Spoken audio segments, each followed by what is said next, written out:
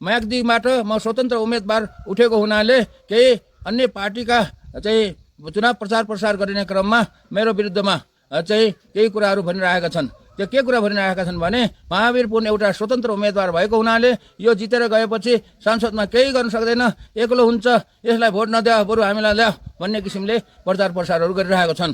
म के भन्न चाहन्छु भने तपाईँहरूलाई म यहाँबाट चुनाव जितेर पक्कै जान्छु, चुनाव त जित्छु, तर चुनाव जितेर संसदमा गइसकेपछि पनि म संसदमा एक्लो हुन्न, मेरो पार्टी नभए पनि म एक्लो हुन्न।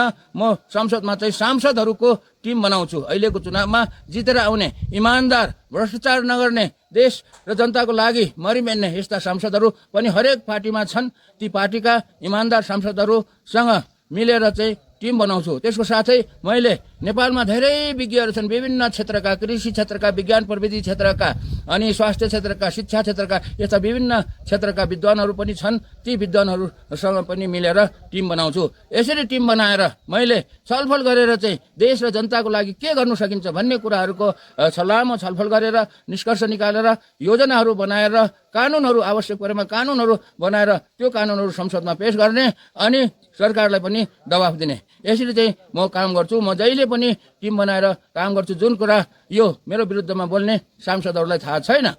र म के पनि भन्न चाहन्छु भने तपाईँहरूले राष्ट्रिय आविष्कार केन्द्र चलेकै छ, त्यहाँ पनि मैले एउटा बलियो टिम बनाएर चलिरहेको छ। वीरगञ्ज कृषि औजार कारखाना, त्यहाँ पनि एउटा राम्रो टिम, बलियो टिम बनाएको छु। योग्य, नठग्ने, भ्रष्टाचार नगर्ने चाहिँ व्यक्तिहरूको टिम बनाएर काम गर्न सकिन्छ।